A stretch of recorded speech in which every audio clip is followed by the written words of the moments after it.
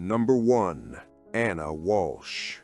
January 2023, Cohasset, Massachusetts, a quiet, affluent town where nothing bad is supposed to happen. The kind of place where people move to feel safe, where they raise their children without fear. Ana Walshe was 39 years old, successful real estate executive, beautiful, multilingual, a mother of 3 young boys, living what appeared to be the American dream in a multi-million-dollar colonial home overlooking the water. Her social media showed a woman who had it all: vacation photos, designer clothes, a handsome husband, 3 adorable children. But behind the carefully curated Instagram posts, something dark was brewing. Something that would end with Ana's complete disappearance and a husband whose internet searches would reveal a mind consumed with murder. On January 1st, New Year's Day, Ana vanished. No goodbye, no trace, just gone. Her husband, Brian Walshe, told police she'd taken a rideshare to the airport for a work emergency in Washington, D.C.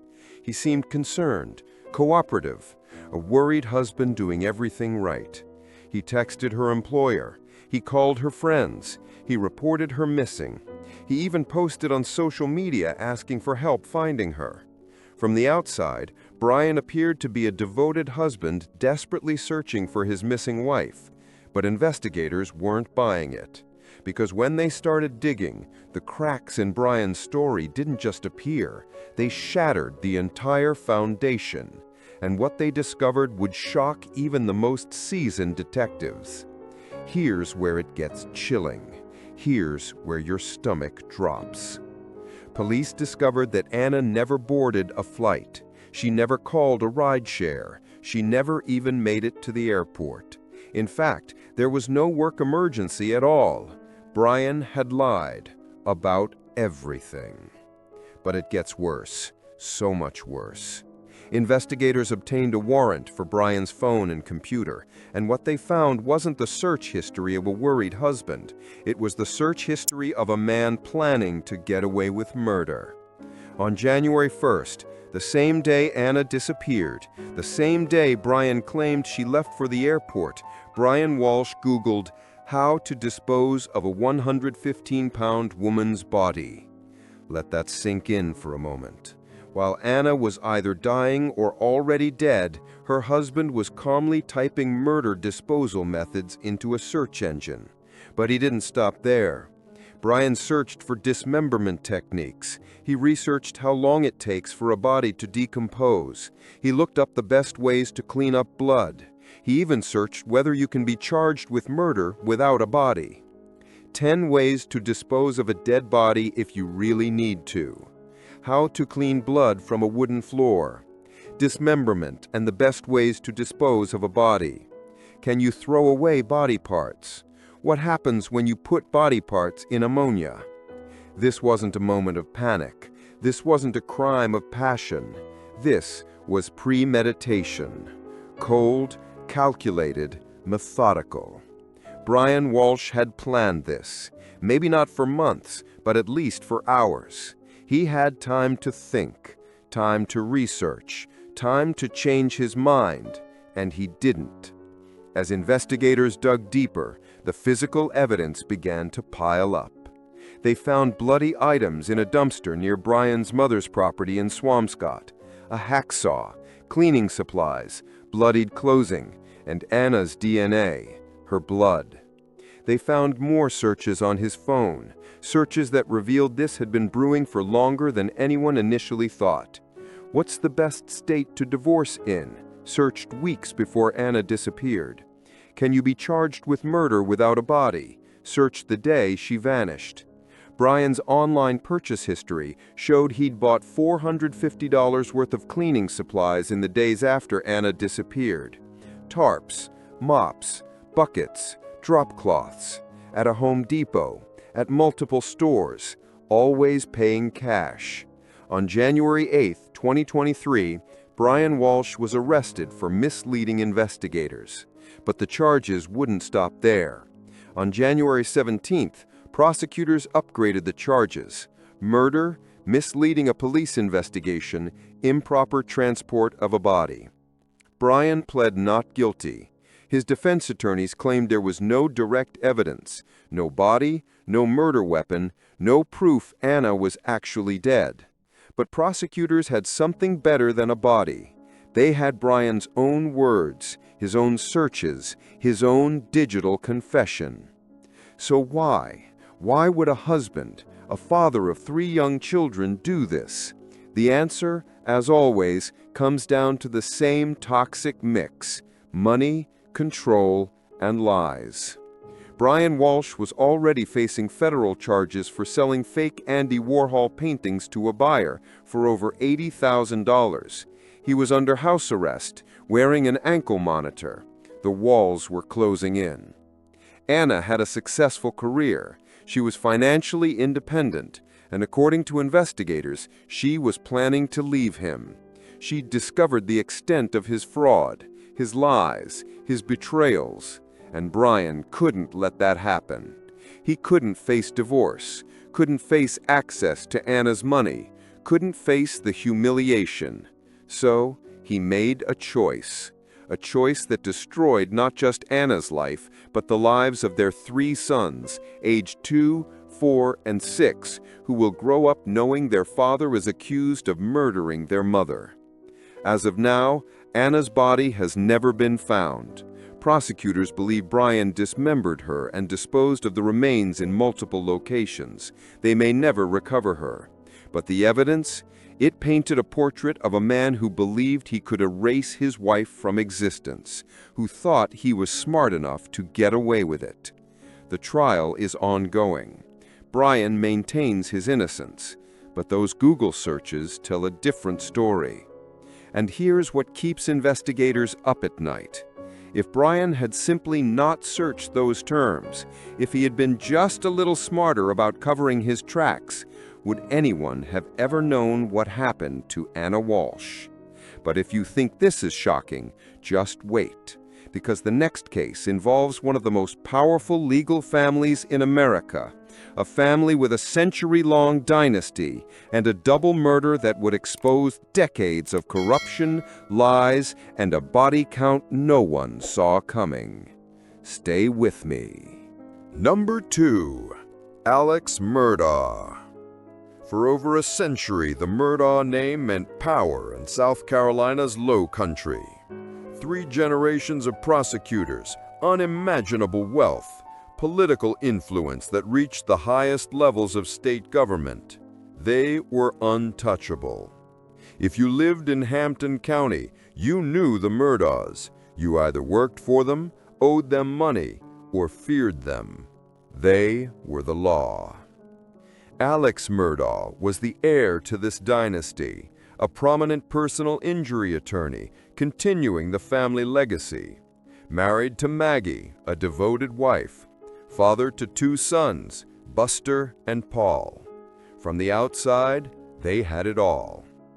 But on June 7, 2021, that carefully constructed image shattered in the most horrific way imaginable. And what would emerge over the next 2 years would reveal a family built on lies, theft, addiction, and murder. That evening, at the family's sprawling 1,700-acre hunting estate known as Moselle, Maggie Murdaugh, 52, and her youngest son Paul, 22, were brutally shot to death near the property's dog kennels. Maggie was hit with a rifle, multiple times. The shots were deliberate, calculated. Paul was killed with a shotgun at close range. His injuries were so severe, so catastrophic, that investigators said it was one of the worst crime scenes they'd ever witnessed. His head was nearly obliterated. And who discovered the bodies? Alex Murdaugh, the grieving husband, the devastated father, or so he claimed. At 10:07 p.m., Alex called 911, hysterical. "My wife and child have been shot badly." His voice cracked. He sounded destroyed, panicked, broken. He kept repeating that they were dead, that someone had killed them. When officers arrived, Alex was pacing near the bodies, distraught, incoherent.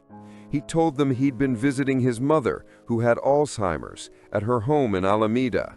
When he returned to Moselle, he found Maggie and Paul dead. He wasn't there when it happened. He seemed like a devastated family member, a victim himself. But here's what didn't add up. Here's what investigators noticed immediately. There was no sign of forced entry, no evidence of a struggle, no robbery. Whoever killed Maggie and Paul, they knew exactly where to find them. As investigators dug into the Murdaugh family, they uncovered a web of secrets that had been hidden for decades. Just 3 years earlier, in 2019, Paul Murdaugh had been driving a boat while drunk.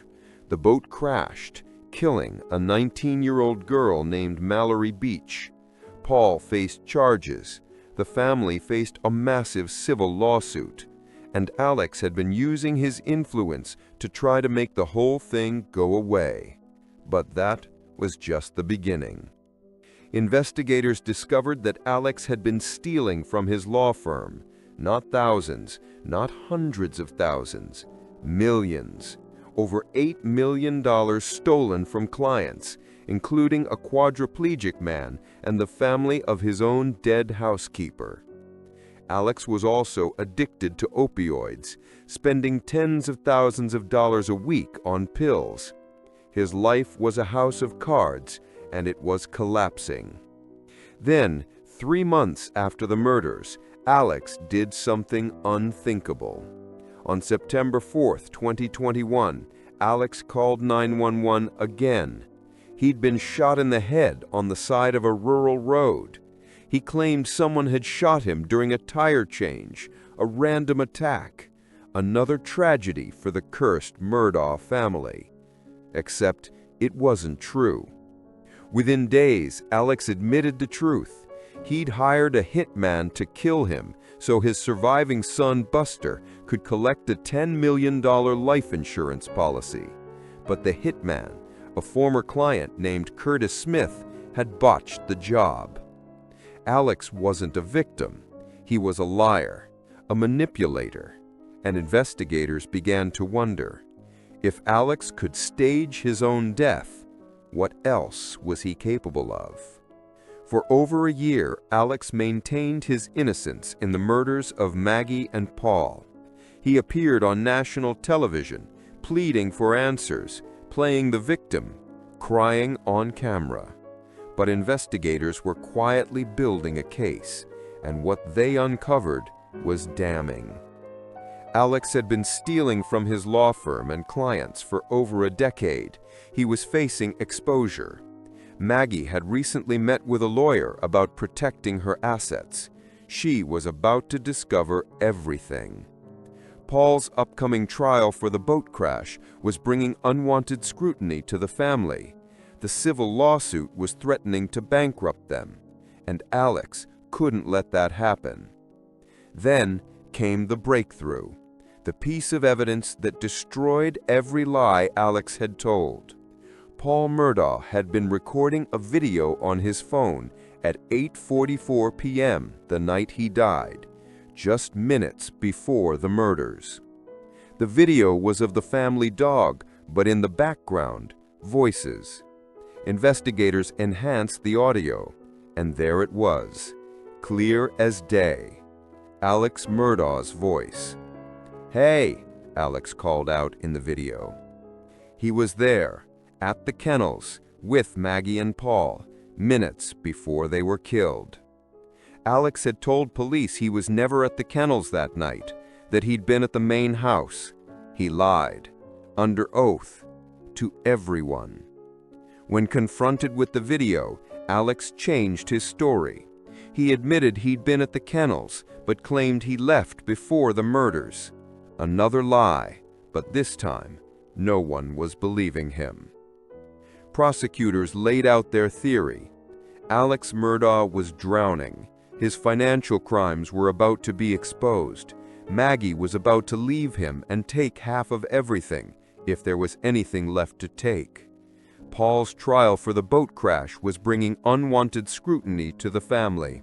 The civil lawsuit was threatening to bankrupt them, and Alex couldn't let that happen. So, Alex made a calculated decision. He would kill them both. He would become a victim, a grieving father and husband, and in the chaos and sympathy, no one would look too closely at his finances. It was cold, calculated, evil in its purest form. In January 2023, Alex Murdaugh stood trial for the murders of his wife and son. The evidence was overwhelming: the video, the financial motive, the lies, the timeline that placed him at the scene. Alex's defense attorneys argued there was no forensic evidence directly linking him to the murders, no blood on his clothes, no murder weapons with his fingerprints, but the circumstantial evidence was damning. The trial became a national obsession. Millions watched on live television. Everyone wanted to see if the Murdaugh dynasty would finally fall. On March 2, 2023, after just 3 hours of deliberation, the jury returned guilty on all counts. Alex Murdaugh was sentenced to 2 consecutive life sentences without the possibility of parole. But the story didn't end with the conviction. Investigators began looking into other suspicious deaths connected to the Murdaugh family, like the 2018 death of the family's housekeeper, Gloria Satterfield, who supposedly tripped and fell down the stairs at Moselle. Alex collected nearly $4 million in insurance money from her death, but her sons never saw a dime. Then there was Stephen Smith, a 19-year-old found dead on a rural road in 2015. His death was ruled a hit and run, but his mother always believed it was murder, and she believed the Murdaughs were involved. How many victims were there? How far back did the lies go? We may never know the full truth. Alex Murdaugh didn't just murder his family. He destroyed a legacy. He shattered a community's trust in the center of a system that had protected his family for generations. And he proved that no amount of power or privilege can hide the truth forever. But here's what haunts everyone who followed this case. If Paul hadn't recorded that video, if Alex had been just a little more careful, would he have gotten away with it?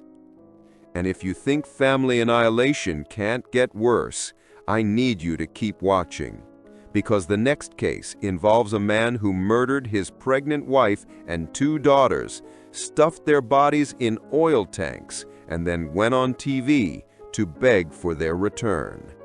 This is Chris Watts, and his story will break you. Number 3. Chris Watts. August 2018, Frederick, Colorado. A quiet suburb with tree-lined streets and families who wave to each other in the morning. Shannon Watts was 34 weeks pregnant with a baby boy they planned to name Nico. She was mother to 2 beautiful little girls, Bella, 4, and Celeste, 3. Married to Chris Watts, who seemed like the perfect husband and father, the kind of man every woman hopes to marry. Their life looked perfect on social media. Shannon posted constantly, happy photos, family vacations, loving messages about her husband. They seemed deeply in love. Chris worked in the oil fields. Shannon sold health supplements. They had a nice house in a good neighborhood. The American dream. But behind closed doors, Chris Watts was living a lie so complete, so all-consuming, that when it was finally exposed, the truth would reveal a monster hiding behind a friendly smile. And on August 13, 2018, that lie turned deadly in the most unthinkable way possible. Shannon returned home from a business trip to Arizona at 1:48 a.m. that morning. A neighbor's security camera caught her arriving, walking into her house with her suitcase. It was the last time anyone saw her alive. By afternoon, Shannon and her daughters had vanished. No goodbye, no trace, just gone. A friend of Shannon's, worried because she wasn't responding to texts, went to the house and called police. Chris was at work. When officers arrived, they found an empty house, no signs of struggle, no forced entry, just an eerie silence. Chris rushed home from work, and what happened next would be studied by body language experts, psychologists, and true crime enthusiasts for years. He gave an interview on the front porch of their home, pleading for their safe return. "Shannon, Bella, Celeste, if you're out there, just come back." He seemed desperate, a frantic father, a worried husband. But something was off. His body language was wrong. He kept smiling at inappropriate moments.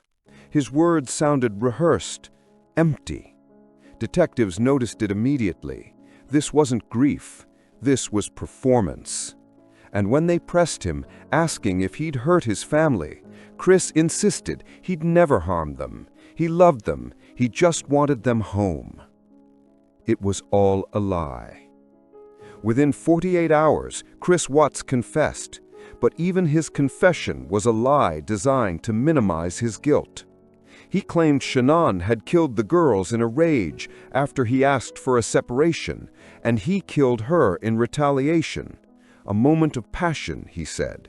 He snapped. Investigators didn't believe him. And they were right not to.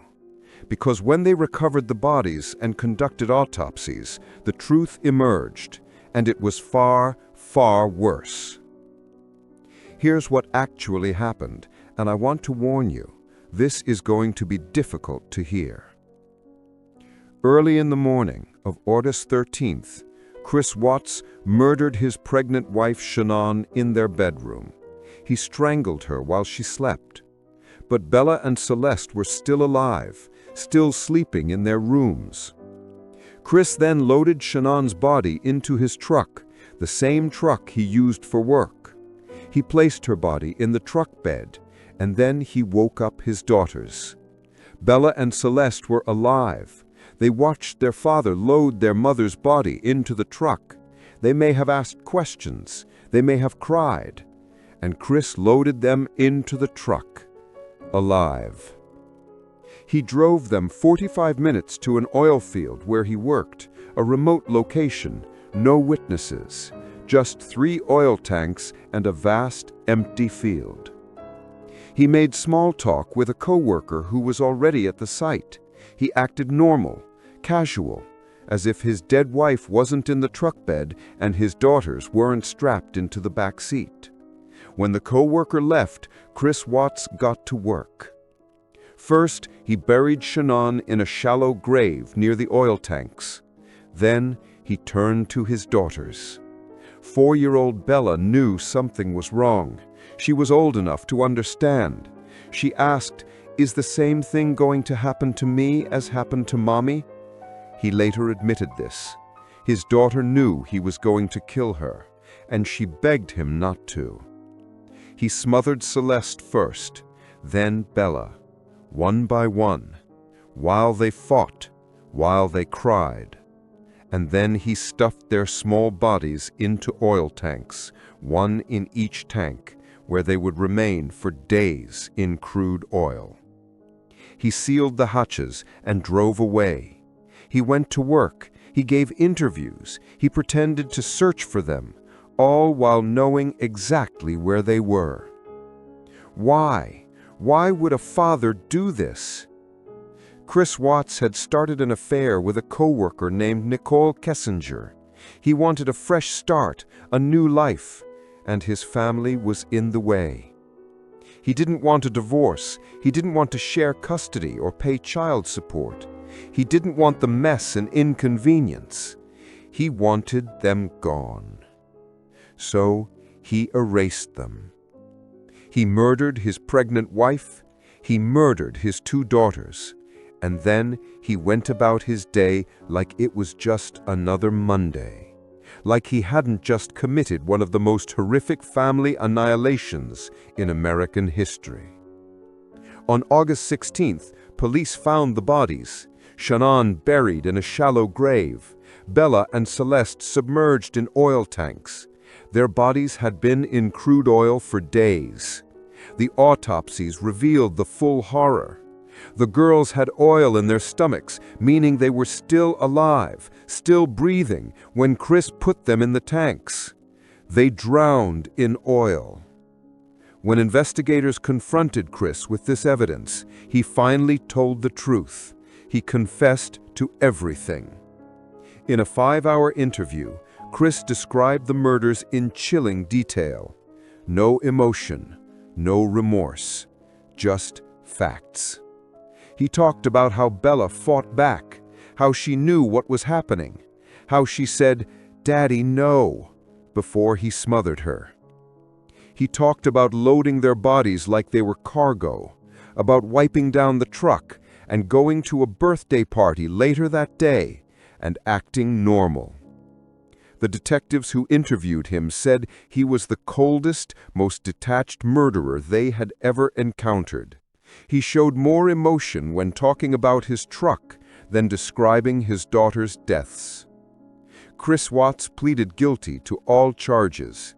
He was sentenced to 5 life sentences without the possibility of parole. He'll die in prison. But even that feels insufficient for what he did. There is no punishment severe enough, no justice that can balance the scales. This case haunted the world. Millions followed it. Documentaries were made. Books were written. Everyone wanted to understand how this could happen. Because Chris Watts wasn't a monster in the traditional sense. He didn't have a violent history. He wasn't abusive, at least not in ways people noticed. He was quiet, polite, normal. And that's what makes it so terrifying. Because if Chris Watts could do this, who else could? What other seemingly normal husbands and fathers are capable of unthinkable evil? How do you spot the warning signs when there don't seem to be any? Shannon's family has been left to pick up the pieces. Her parents lost their daughter and granddaughters. They'll never hold baby Nico. They'll never see Bella and Celeste grow up. And Chris Watts? He sits in prison, still lying, still minimizing, still trying to paint himself as a victim. He's exactly where he belongs. But we're just getting started. The next case takes us to Hollywood, where a comic book writer turned his darkest fantasies into a nightmare his girlfriend would never wake up from. This is about Blake Leibel, and what he did to Iana Kassian is beyond comprehension. Stay with me. Number 4. Blake Leibel. Blake Leibel had everything. Born into enormous wealth, his father was a successful real estate developer worth hundreds of millions of dollars. Blake never had to work a day in his life. But he wanted to be more than just a trust fund kid. He moved to Los Angeles to pursue a career in entertainment. He wrote graphic novels, worked on screenplays. He wanted to be known for something other than his family's money.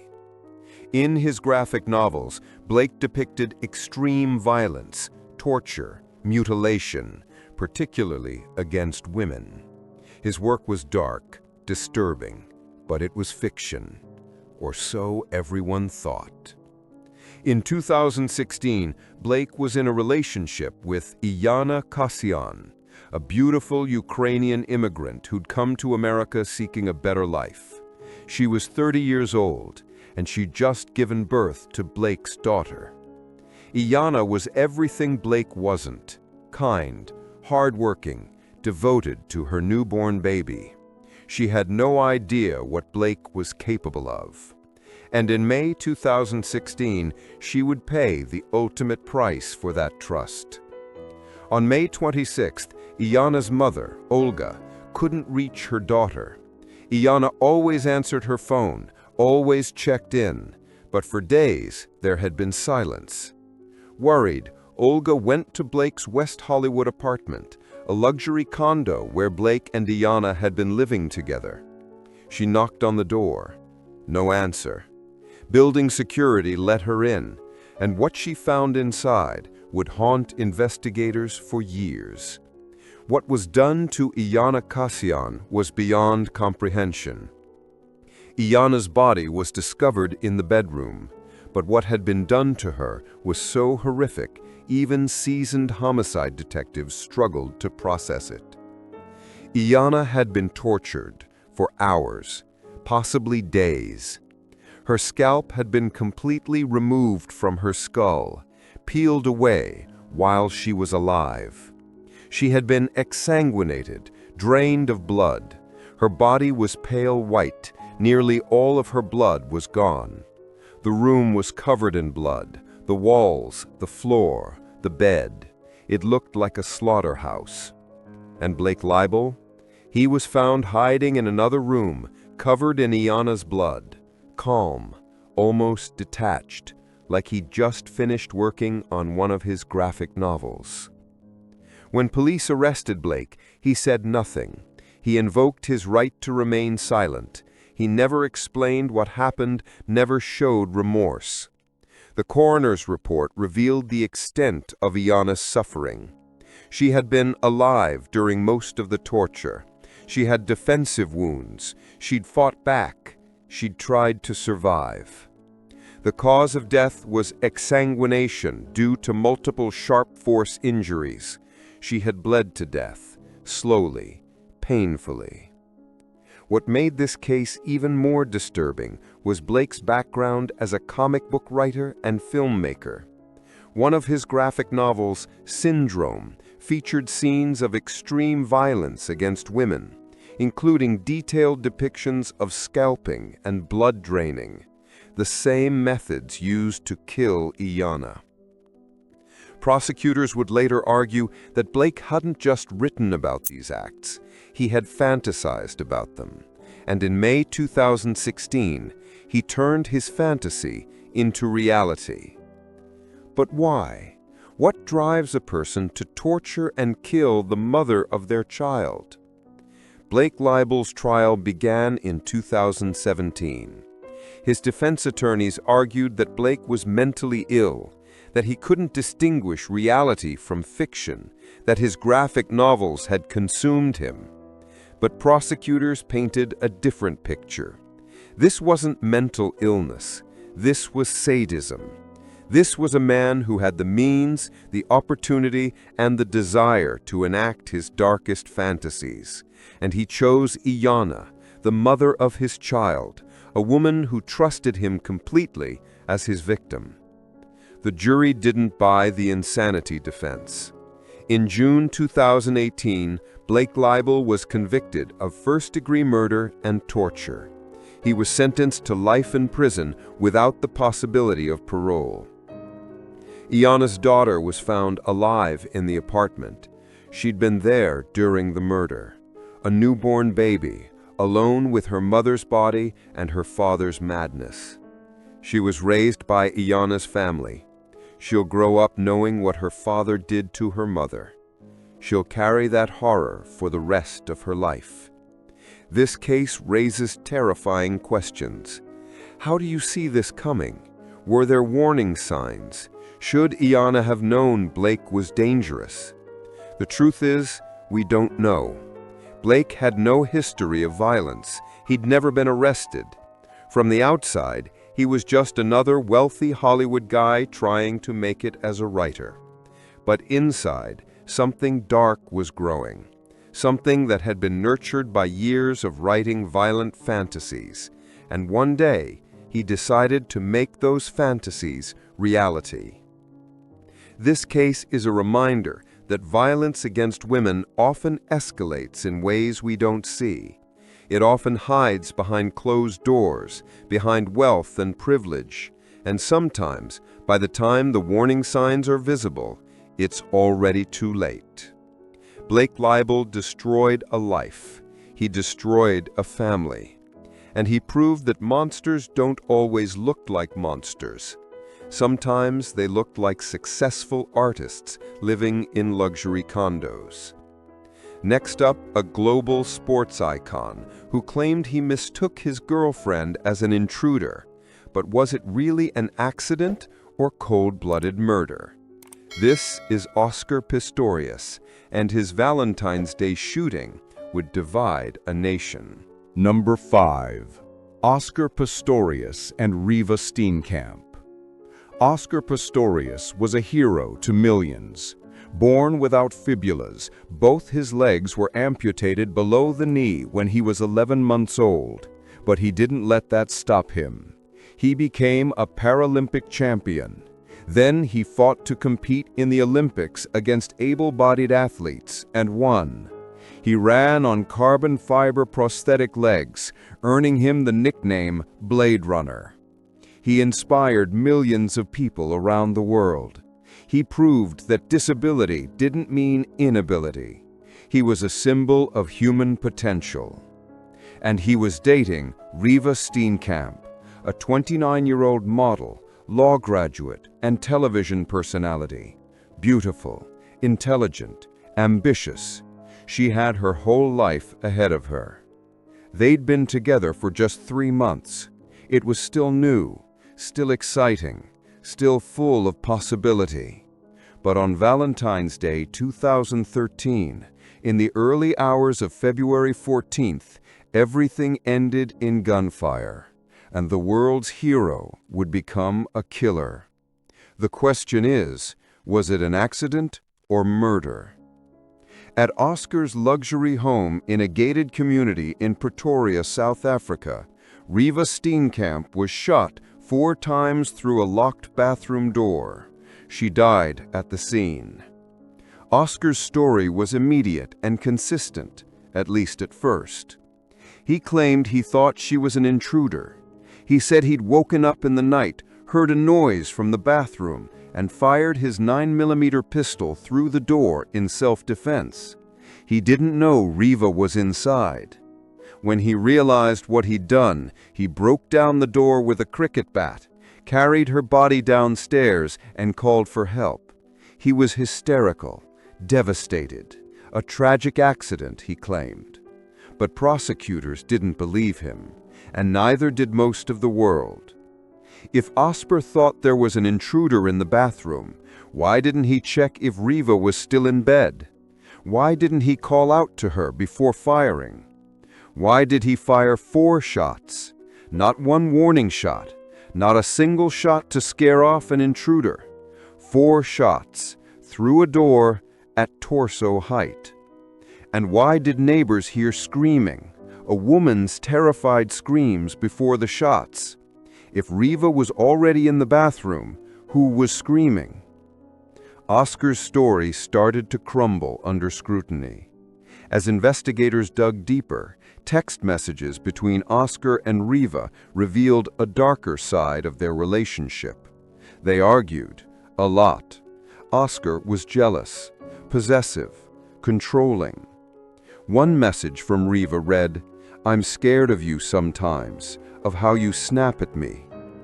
Another text, "I can't be attacked by outsiders for dating you, and then be attacked by you for being too friendly." Riva was walking on eggshells. She was afraid of Oscar's temper. Friends would later testify that the relationship was troubled, that Oscar had a pattern of aggressive behavior, that he had a fascination with guns and had fired them recklessly in public before. Prosecutors laid out a different version of events. They believed Oscar and Riva had an argument that night, a fight. Riva locked herself in the bathroom to get away from him, and Oscar, in a rage, fired through the door. He knew exactly who was inside. This wasn't an accident. This wasn't a mistake. This was murder. The evidence supported it. The trajectory of the bullets, the pattern of shots, the screams witnesses heard. But Oscar stuck to his story, and his defense team fought hard to paint him as a victim of his own fear, a disabled man, vulnerable in his home, who made a terrible mistake. The trial was a global spectacle. It was broadcast live on television. Millions watched. Everyone had an opinion. Oscar cried. He vomited in court. He claimed remorse. His defense attorneys painted him as a broken man, devastated by what he'd done. But the prosecution hammered away at the inconsistencies, the lies, the evidence that didn't match his story. Witnesses testified they heard a woman screaming, then gunshots, then silence. Ballistics experts showed that Riva was standing, facing the door when she was shot, not sitting on the toilet as Oscar claimed. She'd been trying to get away from him. In September 2014, the judge delivered her verdict. Oscar was found guilty of culpable homicide, South Africa's equivalent of manslaughter, not murder. The sentence? 5 years in prison.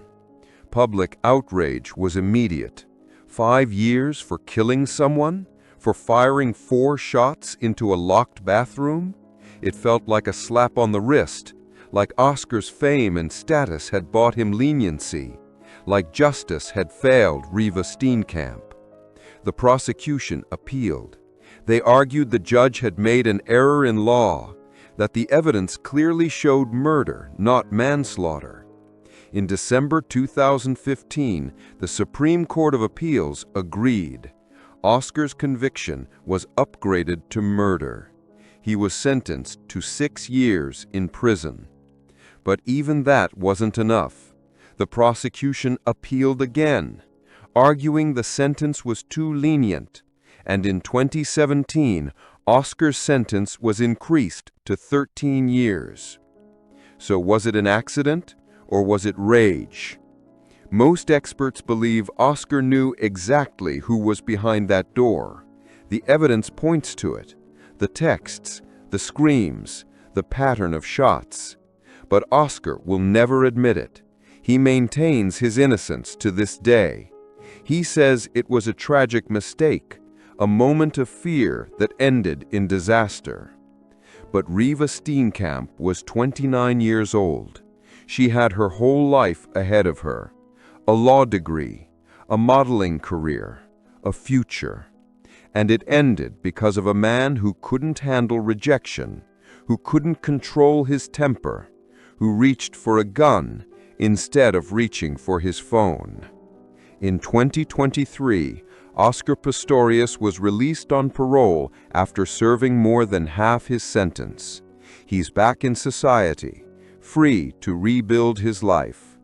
But Riva Steenkamp's family, they'll never get their daughter back. They'll never see her achieve her dreams. They'll live with this loss forever. And Oscar Pistorius, the man who was once a hero, he'll always be known as the man who killed Riva Steenkamp. But this isn't just a South African tragedy. Our next case takes us to Peru, where a young man's lies would catch up with him in the worst way possible. And his victim? She wasn't his first. This is Joran van der Sloot, and he's one of the most notorious killers of the 21st century. Keep watching. Number 6. Joran van der Sloot. Joran van der Sloot is a name synonymous with evil. A Dutch national who left a trail of victims, lies, and shattered families across 2 continents. You might know his name from the disappearance of Natalie Holloway in Aruba in 2005, an 18-year-old American high school senior who vanished on a graduation trip and was never found. Joran was the prime suspect, the last person seen with her, but he was never charged. He walked free. And 5 years later, almost to the day, he would kill again. And this time, there was no escaping justice. Let's go back to 2005, Aruba, a tropical paradise. Natalie Holloway was celebrating her high school graduation with friends. On the last night of their trip, she met Joran van der Sloot at a bar. They were seen leaving together. Natalie was never seen again.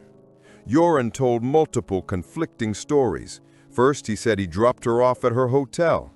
Then he said he left her on the beach. Then he claimed she died accidentally, and he panicked and disposed of her body. But there was no body, no evidence, no proof. Aruban authorities arrested Joran multiple times but never charged him.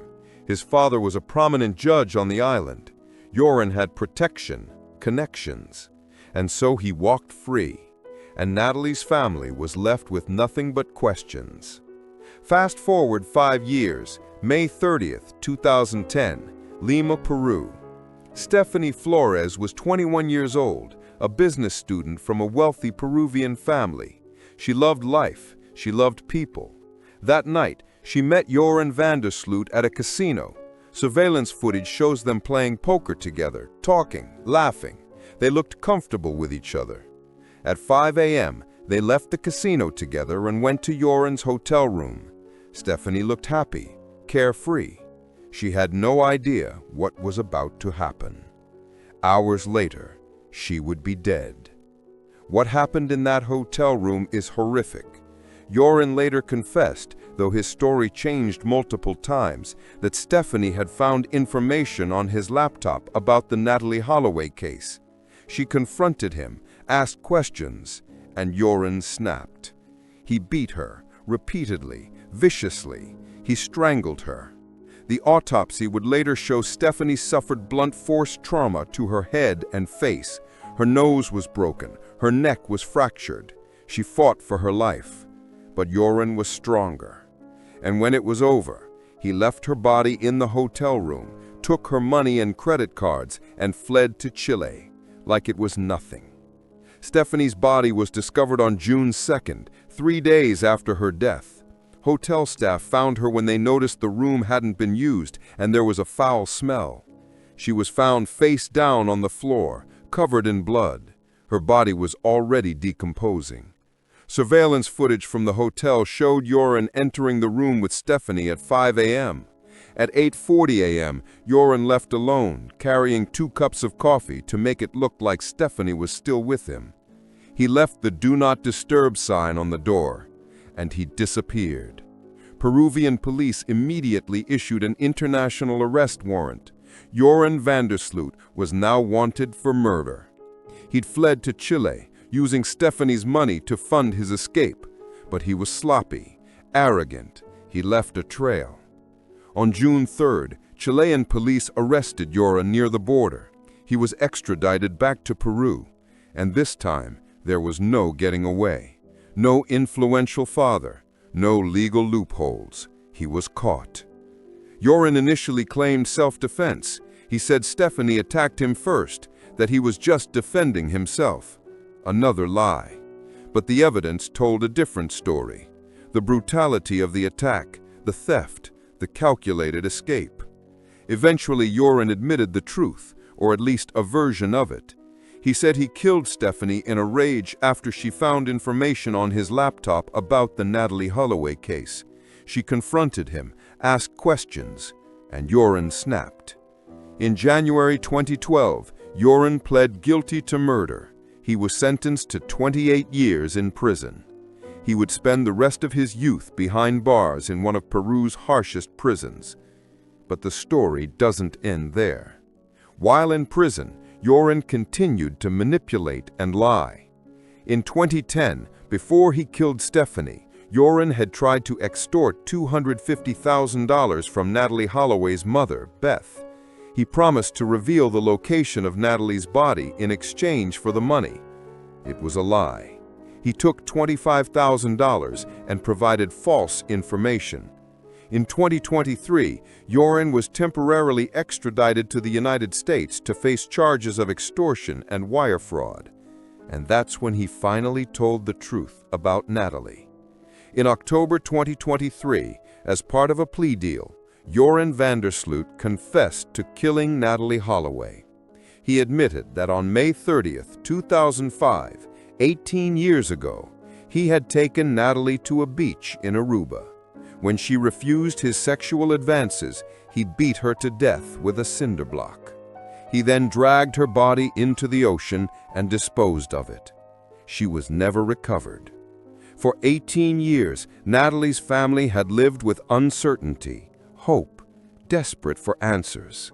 And now they finally had them. Their worst fears confirmed. Joran van der Sloot was sentenced to 20 years for extortion, to be served concurrently with his Peruvian sentence. He will die in prison. Joran van der Sloot is a reminder that some people are simply beyond redemption. He killed at least twice, possibly more. He lied. He extorted grieving families. He showed no remorse.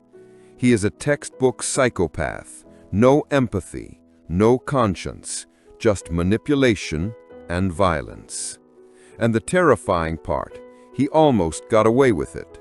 If he hadn't been caught in Peru, he'd likely still be free, still lying, still killing. Next, an NFL star with everything to lose, who threw it all away for a murder that shocked the sports world. This is Aaron Hernandez, and his fall of grace is one of the most tragic and disturbing stories in sports history. Stay with me. Number 7. Aaron Hernandez and Odin Lloyd. Aaron Hernandez was living the dream, a star tight end for the New England Patriots, a $40 million contract, fame, fortune, future Hall of Fame potential. He had just helped the Patriots reach the Super Bowl. He was young, talented, and seemingly unstoppable. The world was his. But beneath the surface, Aaron was unraveling. His life was a carefully constructed lie built on violence, paranoia, and secrets. And in June 2013, that lie would explode in the most horrific way.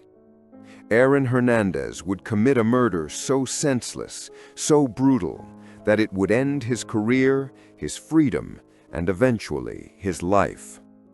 And the victim would be someone who trusted him completely. Odin Lloyd was 27 years old, a semi-professional football player for the Boston Bandits, a good guy, hard-working, well-liked. He was dating Shania Jenkins, the sister of Aaron Hernandez's fiancée, Shayana. They were all connected, all part of the same social circle. Odin looked up to Aaron, an NFL star, someone who'd made it, someone to admire. But that connection would cost Odin his life. On June 17, 2013, surveillance footage captured Odin Lloyd getting into a car with Aaron Hernandez and two of Aaron's associates, Carlos Ortiz and Ernest Wallace. They drove to an industrial park in North Attleboro, Massachusetts. Hours later, at 3:23 a.m., workers at a nearby business heard gunshots, multiple shots, then silence. At 5:32 a.m., a jogger found Odin Lloyd's body in the industrial park. He'd been shot 6 times, execution style, left in a clearing like garbage. He was still holding his phone.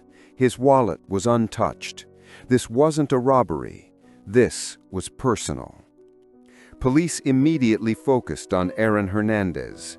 The evidence was overwhelming, almost comically so.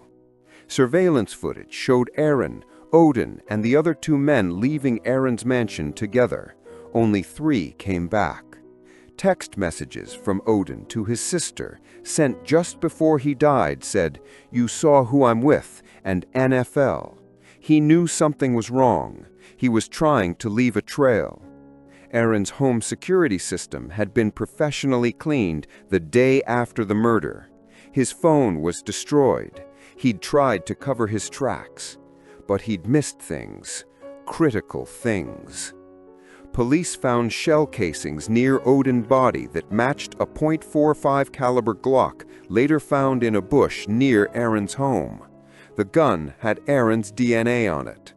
They found tire tracks matching Aaron's car. They found footage of Aaron holding what appeared to be a gun as he walked through his mansion after the murder. And perhaps most damning, they found a piece of gum Aaron had spit out near the crime scene. His DNA was all over it. Aaron had tried to be careful, but he'd been sloppy, arrogant, and it had caught up with him.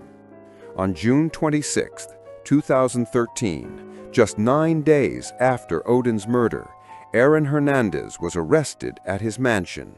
The entire scene was captured on live television. An NFL star, handcuffed, led away from his home. It was surreal.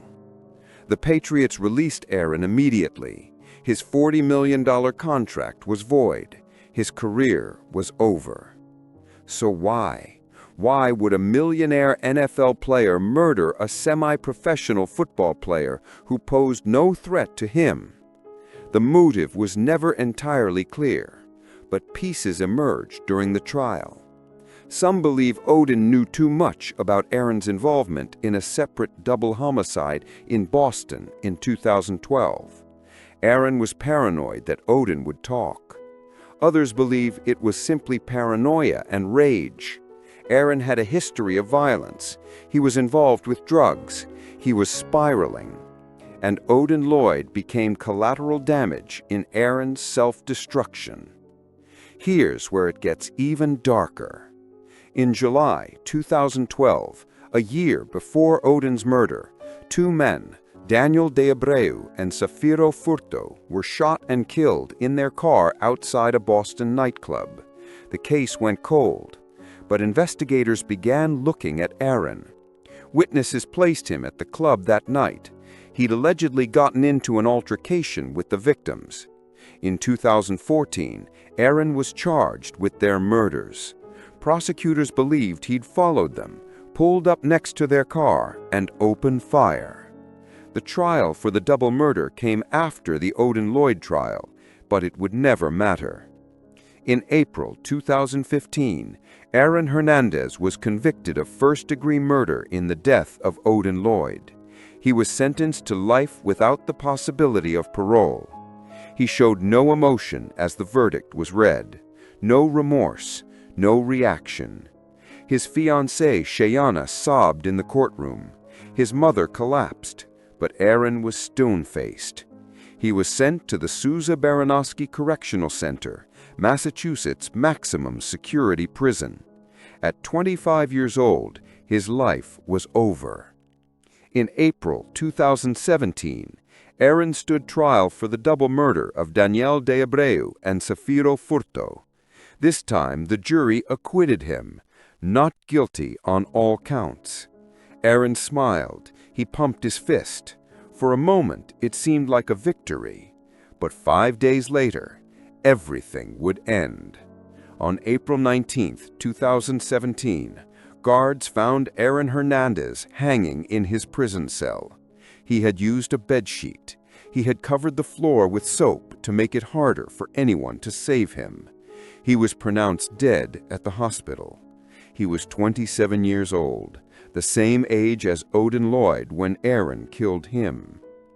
Aaron left behind 3 suicide notes, one to his fiancée, one to his daughter, one to his lawyer. But he never admitted guilt, never apologized to Odin's family, never took responsibility for what he'd done. Later, researchers at Boston University examined Aaron's brain, and what they found was shocking. Aaron had severe CTE, chronic traumatic encephalopathy. CTE is a degenerative brain disease caused by repeated head trauma. It's linked to memory loss, impulse control problems, aggression, and depression. Aaron's brain was described as one of the worst cases doctors had ever seen in someone so young. Did CTE cause Aaron to kill Odin Lloyd? Did it cause his violence, his paranoia, his self-destruction? We'll never know for sure, but it doesn't change the fact that Odin Lloyd is gone, that his family will never get justice, that 3 people are dead because of Aaron Hernandez. Aaron Hernandez's story is a tragedy on multiple levels. He had everything: talent, wealth, opportunity, and he threw it all away. He destroyed lives, he destroyed families, and in the end, he destroyed himself. But the real tragedy is Odin Lloyd, a good man, a man with dreams, a man who trusted the wrong person, and for that, he paid with his life. Stay with me, because the next case involves a woman who dismembered her husband, hid his torso in the desert, and thought she could get away with it. This is Marjorie Orbin, and her crime is as cold-blooded as they come. Keep watching. Number 8. Marjorie Ann Orbin. Phoenix, Arizona, 2004. The desert heat, the sprawling suburbs, a city where people come to reinvent themselves. J. Orbin was a successful businessman. He dealt in rare and exotic goods, everything from jewelry to collectibles. He was flashy, charismatic, wealthy. He was married to Marjorie Ann Orbin, a former Las Vegas showgirl and dancer. Beautiful, charming. They seemed like a power couple. But in September 2004, Jay vanished. His business associates couldn't reach him. His family grew concerned.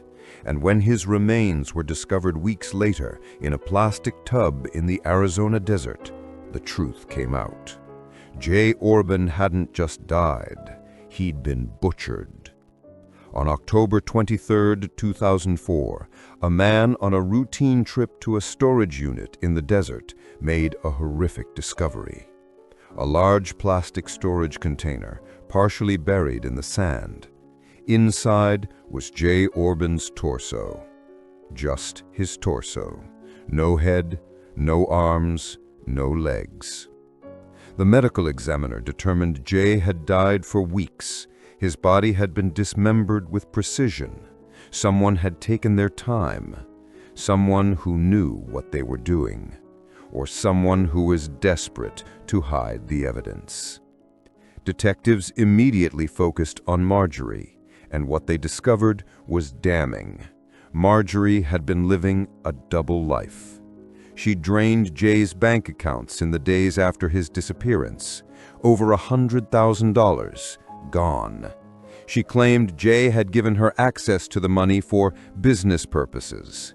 She was having an affair with a man she'd met online. She'd been planning to leave Jay. And when forensic teams searched the couple's home, they found blood. Jay's blood. In the master bedroom. In the garage. Traces everywhere. Marjorie had tried to clean it, but you can't erase everything. Blood tells stories, and Jay's blood told the story of his murder. Marjorie reported Jay missing, claiming he left on a business trip and never returned. She played the concerned wife, the worried spouse, but investigators saw through it immediately. Her story kept changing. First, Jay was on a business trip. Then he was involved in dangerous dealings. Then she claimed he'd been acting strange before he disappeared. None of it added up. Money, freedom, a new life. Jay was worth a lot of money, and Marjorie wanted it. She wanted out of the marriage, but she didn't want to lose the financial benefits. So she killed him, and she tried to make him disappear. Marjorie's trial began in 2009, 5 years after Jay's murder. The prosecution painted a picture of a cold, calculating woman who murdered her husband for money and freedom. They presented the forensic evidence, the blood, the financial records. They showed the jury photographs of Jay's torso, recovered from the desert, dismembered and decaying. It was horrific. Marjorie's defense argued that Jay's death was related to his business dealings, that he'd been involved with dangerous people, that Marjorie was being framed, but the jury didn't buy it. In September 2009, Marjorie Orbin was convicted of second-degree murder. she was sentenced to life in prison. She showed no emotion as the verdict was read, no tears, no remorse. What makes this case stand out is the sheer coldness of it. Marjorie didn't just kill her husband, she dismembered him. She disposed of his body like trash. She drained his bank accounts and moved on with her life. She almost got away with it. If Jay's torso hadn't been discovered, if she'd been just a little more careful, she might have. But justice caught up with her, and Jay Orbin's family finally got answers. Next up, a Brazilian case that shocked an entire nation and revealed the lengths some will go to escape their family. This is Suzane von Richthofen, and she orchestrated the murder of her own parents. Keep watching. Number 9. Suzane von Richthofen. São Paulo, Brazil, 2002. One of the world's largest and most vibrant cities. A place where old wealth meets new ambition. Suzane von Richthofen was 18 years old, the daughter of Manfred and Mauricia von Richthofen, a wealthy, respected couple. Manfred was a successful engineer. Mauricia was a psychiatrist. They lived in an upscale neighborhood. They sent Suzane to the best schools. They gave her everything. But Suzane wanted more. She wanted freedom, she wanted control, and she wanted to be with her boyfriend, Daniel Cravinhos, without her parents' interference. So on October 31st, 2002, Halloween night, Suzane orchestrated the brutal murder of her own parents, and she watched it as it happened. Suzane had been dating Daniel for years. Her parents disapproved. They thought he was controlling, manipulative, bad for their daughter. They were strict, traditional. They set boundaries, curfews, rules. And Suzane hated them for it. So she came up with a plan so cold, so calculated, that it would shock an entire nation. She would kill her parents. She would make it look like a robbery, and she would inherit their fortune. She enlisted Daniel and his brother, Christian Cravinhos, to carry out the murder. And she promised them money, a future together, freedom. On the night of October 31st, 2002, Suzane's parents went to bed. They felt safe, secure in their home. Suzane let Daniel and Christian into the house. She gave them iron bars. She showed them where her parents slept, and she watched them as they beat her parents to death. Manfred was struck first. He tried to fight back, but the blows were too powerful, too many. Mauricia woke up to the sounds of her husband being murdered. She tried to scream. She tried to run. But Christian and Daniel beat her to death too, in her own bedroom, while her daughter stood by and watched. The violence was extreme, personal. Manfred and Mauricia were beaten with such force that their skulls were fractured. Blood covered the walls. After the murders, Suzane helped stage the scene. They ransacked the house to make it look like a robbery. They took valuables. They broke windows. Then Suzane went to Daniel's house and spent the night like nothing had happened. The next morning, she returned home and discovered her parents' bodies. She called police, hysterical. She played the grief-stricken daughter perfectly. But investigators weren't fooled. The crime scene didn't add up. The ransacking looked staged. Valuable items were left behind.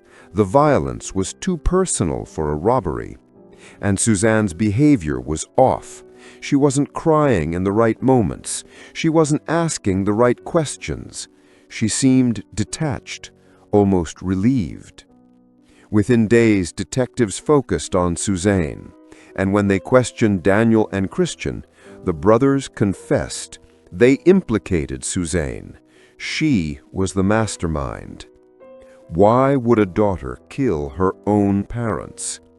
Control, inheritance, freedom. Suzane wanted to be with Daniel without her parents' interference. She wanted their money. She wanted a life without rules. So she eliminated the obstacles, her own mother and father. The trial captivated Brazil. Suzane was young, attractive, from a wealthy family. The media couldn't get enough. The prosecution presented the confessions, the forensic evidence, the cold, calculated nature of the crime. Suzane's defense argued she'd been manipulated by Daniel, that she was young and naive, that she didn't fully understand what she was doing. But the jury didn't believe it. In July 2006, Suzane von Richthofen was convicted of double murder. She was sentenced to 39 years in prison. Daniel and Christian Kreviños received similar sentences. All three would spend decades behind bars. This case shook Brazil to its core. It sparked national debates about youth, privilege, and moral decay. How could a daughter kill her own parents? Suzane has since been released on parole after serving her minimum sentence. She's rebuilt her life, found work, moved on. But the horror of what she did will never be forgotten. She orchestrated the murder of the two people who gave her life, who loved her, who raised her. And she did it without hesitation. And now our final case. A husband who hired hitmen to kill his wife and thought he was smart enough to never get caught. This is Robert O. Marshall, and his case became one of the most infamous murder-for-hire plots in American history. Stay with me to the end. Number 10. Robert O. Marshall. New Jersey, 1984. The height of American prosperity. Big hair, big cars, big dreams. Robert Marshall seemed like the embodiment of success. He was an insurance broker, well respected in his community, married to Maria Marshall for over 20 years, 3 sons, a beautiful home. From the outside, the Marshalls were living the American dream. But behind closed doors, Robert was drowning in debt, infidelity, and lies. And on September 7, 1984, everything would come crashing down on the Garden State Parkway, in the most horrific way imaginable. That night, Robert and Maria were driving home from Atlantic City. They'd spent the day at the casinos, a normal couple, a normal evening. Around 12:30 a.m., as they drove down the dark, empty parkway, Robert pulled over. He claimed they had a flat tire. Moments later, 2 men approached the car, and Maria Marshall was shot twice in the back at point-blank range. She died almost instantly. Her husband, Robert, was unharmed. Robert Marshall told police they'd been victims of a random robbery, a carjacking gone wrong. He said the men had appeared out of nowhere, demanded money, and when Maria couldn't produce enough, they shot her. He played the devastated widower perfectly, crying at press conferences, sobbing at Maria's funeral, begging for anyone with information to come forward. The community rallied around him, his church supported him, his friends consoled him. He was the victim of a senseless tragedy. But investigators weren't convinced. Something didn't add up, and the more they dug, the more suspicious they became. Here's what bothered detectives from the beginning. Robert had no injuries, not a scratch. If this was a violent robbery, why was he completely unharmed? Nothing of significant value was stolen except Maria's small purse, which contained minimal cash. Her jewelry, expensive jewelry she was wearing, wasn't taken. And Robert's story kept changing. Small details, times, descriptions of the attackers. He couldn't keep his lies straight. But the biggest red flag? Robert's behavior in the days after Maria's death. Investigators discovered Maria had a $1.5 million life insurance policy, a policy Robert had taken out on her just months before her death. He'd also increased the coverage on several other policies. Maria was worth more dead than alive.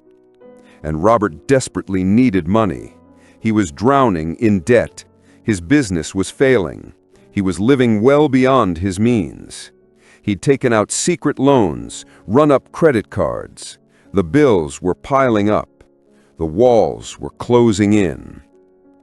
Then investigators discovered Robert's infidelities. He wasn't just having one affair, he was having multiple affairs. His most serious relationship was with a woman in Louisiana, a woman he'd been seeing for years, a woman he'd promised to marry, a woman he'd told he was getting divorced. Phone records showed Robert had called her from Atlantic City the day of the murder. He'd told her everything would be taken care of soon. But Robert had no intention of divorcing Maria. Divorce would mean splitting assets he didn't have. It would mean child support, alimony, financial ruin. But if Maria died, he'd get everything: the insurance money, the house, freedom. Months passed. The case went cold. Robert collected the insurance money and began rebuilding his life. He thought he'd gotten away with it. But in December 1984, investigators got a break. An informant came forward. A man named Billy Wayne McKinnon contacted authorities, and what he told them changed everything. Robert Marshall had hired him to kill his wife. McKinnon laid it all out. Robert had approached him months before the murder. He'd offered him money, $65,000, to kill Maria and make it look like a robbery. McKinnon had recruited another man, Larry Thompson, to help. Together, they'd planned the hit. On September 7, 1984, Robert drove Maria to Atlantic City as planned. On the way home, at a predetermined location, he pulled over and pretended to check a tire. That was the signal. McKinnon and Thompson were waiting. They approached the car, and Maria Marshall was shot twice in the back at point-blank range. She died almost instantly. Her husband, Robert, was unharmed. Robert Marshall was never in danger. It was all staged, all planned, all a performance. On January 15, 1986, more than a year after Maria's death, Robert Marshall was arrested. He was charged with capital murder, conspiracy, and murder for hire. McKinnon and Thompson were also arrested. Both agreed to testify against Robert in exchange for lighter sentences. Robert maintained his innocence.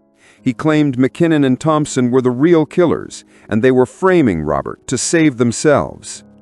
But it didn't work. On March 5, 1986, after just 5 hours of deliberation, the jury returned with a verdict: guilty on all counts. Robert Marshall was sentenced to death. He would spend the next 30 years on death row, maintaining his innocence until the very end. McKinnon and Thompson were also convicted and sentenced to lengthy prison terms. They would both die in prison. Robert spent decades appealing his conviction. He claimed he was innocent, that the evidence was circumstantial, that he'd been railroaded. But appeal after appeal was denied. The evidence was too strong, the motive too clear. And on June 12, 2015, before his execution could be carried out, Robert Marshall died in prison of natural causes. He was 75 years old. He never admitted guilt, never apologized to Maria's family, never showed remorse. This case became infamous. It was the subject of a best-selling book, Blind Faith by Joe McGinnis. It was adapted into a TV movie. It became a cautionary tale about greed, infidelity, and the illusion of the perfect marriage. About how easily trust can be betrayed, how easily love can turn to murder. Maria Marshall trusted her husband. She built a life with him, raised 3 sons with him, and he repaid that trust by having her executed on the side of a highway. Robert and Maria's 3 sons were left to pick up the pieces. They lost their mother to murder. They lost their father to prison. 2 of the sons believed their father was guilty. 1 maintained his innocence. The family was torn apart. And that's the real tragedy. Not just Maria's death, but the complete destruction of a family. The ripple effects of one man's greed and infidelity. Robert Marshall didn't just kill his wife, he killed his family's future. He destroyed everything and everyone around him. All for money he never got to spend. So there you have it. 10 cases, 10 betrayals, 10 reminders that sometimes the person you trust most is the one you should fear. First, financial motive. In almost every case, money played a role. Insurance policies, inheritance, avoiding divorce settlements. Greed is a powerful motivator. Second, double lives. Every single killer was living a lie. Affairs, secret debts, hidden crimes. They were all pretending to be someone they weren't. Third, the illusion of normalcy. None of these killers looked like monsters. They were attractive, successful, charming. They blended in perfectly. Chris Watts seemed like the perfect family man. Alex Murdaugh was a respected attorney. Oscar Pistorius was a global hero. And that's what makes these cases so terrifying. Because if they can hide evil behind smiling faces and family photos, who else can? Fourth, the warning signs were there. In almost every case, there were red flags. Controlling behavior, jealousy, financial stress. But they were ignored, rationalized, explained away. Ana Walshe's husband was already under investigation for fraud. Maggie Murdaugh knew about the financial crimes. Riva Steenkamp had texted that she was scared. The signs were there. But love makes us blind. Trust makes us vulnerable. And sometimes, by the time we see the truth, it's too late. Here's something fascinating about these modern cases. Technology caught almost all of them. Brian Walsh's Google searches, the video on Paul Murdaugh's phone, Chris Watts' neighbor's security camera, GPS data, cell phone towers, digital footprints. These killers thought they were smart. They thought they could erase the evidence. But they didn't realize that in the digital age, everything leaves a trace. Every search, every text, every location ping, it's all recorded, all saved, all waiting to be discovered. And that's why cases like Robert Marshall's from 1984, before the digital age, were harder to solve. Without Google searches and GPS data, prosecutors had to rely on witnesses and informants. Today, your phone can be your greatest enemy, because it always tells the truth. But let's not forget the real focus here. The victims. Ana Walshe, Maggie and Paul Murdaugh, Shanann, Bella, Celeste, and baby Nico, Iana Kasyan, Riva Steenkamp, Stephanie Flores and Natalie Holloway, Odin Lloyd, Jay Orbin, Manfred and Maricia von Richthofen, Maria Marshall. These weren't just names, they were people. They had dreams, families, futures. They were mothers and fathers, daughters and sons. They were loved, and they were taken. Taken by the very people who were supposed to protect them, love them, stand by them. And we can't forget the families left behind, the children, the parents, the siblings. 3 boys who will grow up without their mother, Anna, knowing their father is accused of killing her. Buster Murdaugh, who lost his mother and brother and discovered his father was a killer. The families of Suzane and the girls who have to live with the knowledge of how they suffered. Iana's daughter, who will never know her mother. Riva's parents, who lost their daughter on Valentine's Day. The ripples of these crimes extend far beyond the immediate victims. They destroy entire families, entire communities. So, what can we learn from these horrors?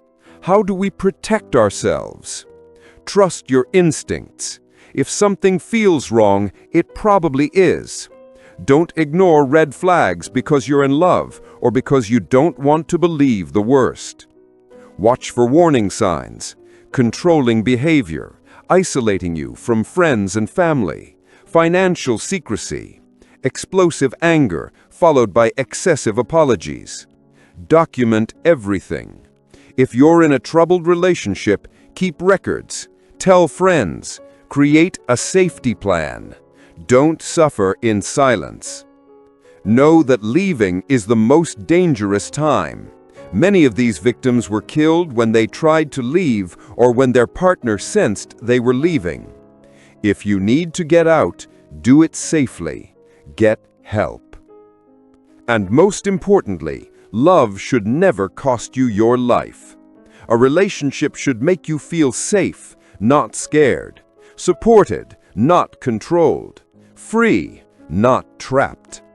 If you're afraid of your partner, that's not love. That's danger, and you need to get out. The one small comfort in all these cases is that justice was served. Every single killer was caught, convicted, punished. Some are serving life sentences. Some died in prison, but they all paid for what they did. And that matters, because it sends a message. You can't get away with murder. Not anymore. Technology is too advanced. Investigators are too skilled. The truth always comes out. So if you're watching this and thinking you could get away with hurting someone, you're wrong. You will be caught. You will be punished, and you will spend the rest of your life behind bars. These 10 cases represent the darkest side of human nature, the betrayal of trust, the murder of love, the destruction of families. But they also represent something else, resilience. The resilience of investigators who never gave up, of families who fought for justice, of communities that refused to forget. Every victim in these cases deserves to be remembered, not just as victims, but as the people they were, the lives they lived, the love they gave. Ana Walshe was a successful mother who spoke multiple languages and built a career in real estate. Murdaugh was a devoted wife and mother who loved her family. Suzane was a vivacious woman who loved to share her life on social media. Bella and Celeste were just little girls who loved their daddy and had their whole lives ahead of them. Iana was a new mother who came to America seeking opportunity. Riva Steenkamp was a law graduate and advocate who wanted to make a difference. They were real people, and they deserved better than the deaths they received. So today, we remember them, we honor them, and we commit to learning from their tragedies. If this video made you think, if it made you question, if it made you aware, hit that subscribe button right now, because awareness is the first step to protection. Drop a comment below telling me which case shocked you the most. Which one will you be thinking about tonight when you turn off the lights? Which story hit closest to home?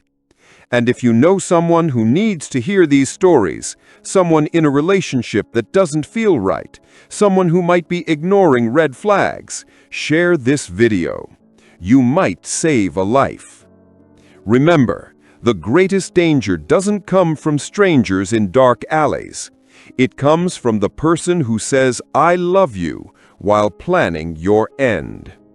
Stay aware, stay safe, and trust your instincts, because they might be the only thing standing between you and becoming the next case we cover. Where are you watching from? Drop your location one more time in the comments. Let's build a community of awareness. Subscribe if you haven't already. Hit that notification bell.